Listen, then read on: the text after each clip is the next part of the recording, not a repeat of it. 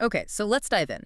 We are talking about a book that did more than just critique war. I mean, it actually gave us a phrase that we all use for any kind of no-win situation. A term that's just, permanently baked into the language. Exactly. We're talking about Joseph Heller's 1961 novel, Catch-22. Right.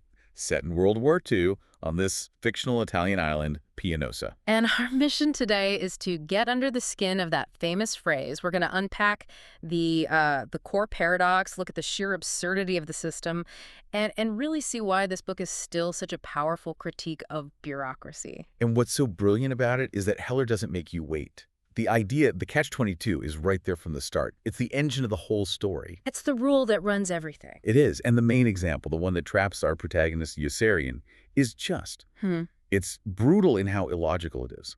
The rule says a pilot has to fly these incredibly dangerous missions. Unless he's insane. Unless he's insane, but, and here's the catch. Here it is. If you ask to be relieved from flying those missions, well, that desire to get out of danger is proof that you're perfectly sane. Because only a sane person would see the danger. Exactly. So asking to leave means you're fit to fly. You're trapped. Your own rational fear traps you. The only way out is to be insane, but if you want out, you're not insane. It's a perfect closed loop. It's completely inescapable. And that brings us to the guy caught in the middle of it all, Captain John Yossarian. He's a bombardier, and he's not a hero in any traditional sense. His one and only goal is just to survive. Right. For him, the real enemy isn't the Germans. It's his own commanding officers, the guys who keep making him fly. So he's constantly trying to find a way out. He fakes being sick. He messes with his plane. Anything to just escape this cycle. But the system, it's like quicksand. Yeah, the harder he fights, the deeper he sinks. And you had to look at the people who are creating this quicksand. I mean, this absurdity doesn't just happen on its own. It's manufactured. It's manufactured, absolutely. Yeah. And the main agent of that is Colonel Cathcart. Oh, Cathcart. His whole motivation is just getting a promotion, right? That's it. He doesn't care about winning the war. He cares about becoming a general. And the way he thinks he can do that is by making his men fly more and more missions. So just when Yossarian and the others are about to hit their number and go home... He just raises it. He'll just add another 5, another 10 missions. Out of nowhere. It's this endless, demoralizing cycle. The goalposts aren't just moving, they're sprinting away from you. And it's all for his own bureaucratic ambition. Precisely. But it's not just the guys who are actively malicious. The system also creates these passive figures of absurdity, like Major. Oh, Major. He's a masterpiece of bureaucratic nonsense. He really is. He got promoted to Major just because of a clerical error, because of his name. And his way of dealing with this power he never wanted is to just sort of disappear. He literally refuses to see anyone in his office. Right. The rule is you can only see him when he's not there. Or if you do manage to catch him, he'll just climb out the window. Which is... It's the perfect metaphor. The only rational way to deal with the system's responsibility is to completely abdicate it. It is. And if you put that next to Yossarian, you see the two responses. Yossarian tries to fight the system with logic, and Major maybe just tries to become invisible to it. It really shows you how impossible it is to resist that kind of institutional power. And the book's satire, it goes even further than just military madness. It takes this incredibly sharp turn into critiquing unchecked capitalism. And that brings us to Milo Minderbinder. Right. Milo. He starts out as the mess officer, the guy in charge of food. A pretty low-level job. Very.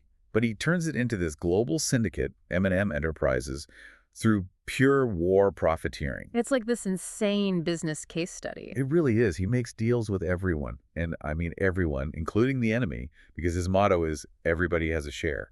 Profit is the only thing that matters. Can you give us the most extreme example? Because this is where the book just goes to a whole other level of dark. Well, the most shocking one, the one that really stays with you, is when Milo makes a contract with the Germans to bomb his own base. Wait, say that again? He bombs his own squadron, destroys U.S. property, kills American soldiers. And his justification is what? That it was a sound business decision. He had a contractual obligation, and the syndicate came out ahead on the deal. It was good for business. That is Heller's critique in a nutshell. The idea that a system of pure profit becomes so detached from morality that human lives are just an expense on a ledger. Exactly. And what's even more chilling is that the system rewards him for it. The higher-ups praise his entrepreneurial spirit. Which is just terrifying. Now, to contrast all that corruption, we have the chaplain, Chaplain Tapman. Yeah, the chaplain is sort of the book's moral heart. He's this gentle, kind, and completely confused man who's just trying to hold on to his faith in the middle of all this chaos. But he's totally ineffective. The system just walks all over him. Completely. He's constantly being investigated for, forging signatures that someone else forged in his name.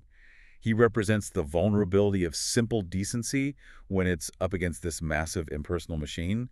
He's the soul of the group, and it's slowly being crushed. So even with all this dark humor, this absurd satire, there's a really deep vein of trauma running through the book, and that's death. That's so crucial. The comedy is really just a defense mechanism. The constant, random nature of death is what gives the novel its real weight. Friends just disappear, like Kid Samson, who's just standing on the beach one day and gets sliced in half by a plane's propeller. It's brutal. It's meaningless. It has nothing to do with heroism or strategy. It's just horrible luck. And that's what war is, according to Heller. And all that loss is what really drives Yossarian's breakdown, especially the memory of Snowden. Right. Snowden, the waste gunner. His death is shown in these little fragments, these flashbacks that keep repeating and getting clearer throughout the book. It's the core trauma.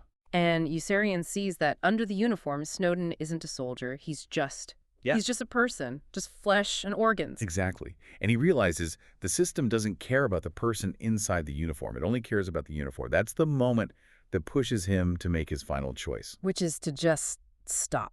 Yeah. He refuses to fly any more missions. Yeah. Even when they offer him a deal, they'll send him home a hero if he just lies and says he loves the military. He refuses to be complicit. He chooses to desert instead. He opts out entirely. It's an act of, you could say, radical self-preservation. He decides his own life and his own sanity are more important than playing by the rules of an insane system. And that's really what places Catch-22 so firmly in that genre of absurdist fiction. The structure of the book itself is part of the point. Absolutely. It's not linear at all. It jumps around in time. Scenes repeat. Characters say the same lines. Yeah. It makes you, the reader, feel just as disoriented as Yossarian. You feel trapped in the same loop. You do. Because in the logic of Catch-22, there is no forward progress. There is no end. You just keep cycling through the madness. And that technique was hugely influential on postmodern literature. So when we look back at the legacy, I mean, the biggest thing is the phrase itself. The term Catch-22. Oh, for sure. It's everywhere. We use it for everything from job hunting to dating. It's the perfect shorthand for a paradoxical no-win situation. And it's that wild aha moment when you realize this universal phrase came from this one specific, completely insane rule in a novel about World War II. And its relevance holds up. There's the movie back in 1970 and that great miniseries just a few years ago. So why do you think it translates so well, decade after decade? Because the core struggle is timeless. It's the individual trying to stay sane and moral inside a giant illogical system that doesn't care about them. That's a story that, unfortunately, never gets old. So to kind of wrap this all up, Catch-22 is this incredibly funny but ultimately very dark guide to understanding institutional madness. Heller used humor as a weapon, really. He did. And the core lesson is deeply serious. Sometimes the only sane response to an insane system is to just walk away. So here's a final thought to leave you with. Catch-22 teaches us that conforming to an absurd system is how that system defines sanity. Yossarian's desertion was his claim to his own sanity. So what are the modern Catch-22s in your own life? The situations where pointing out the problem is taken as proof that you're the problem, something to mull over. A great question. Thanks for diving in with us.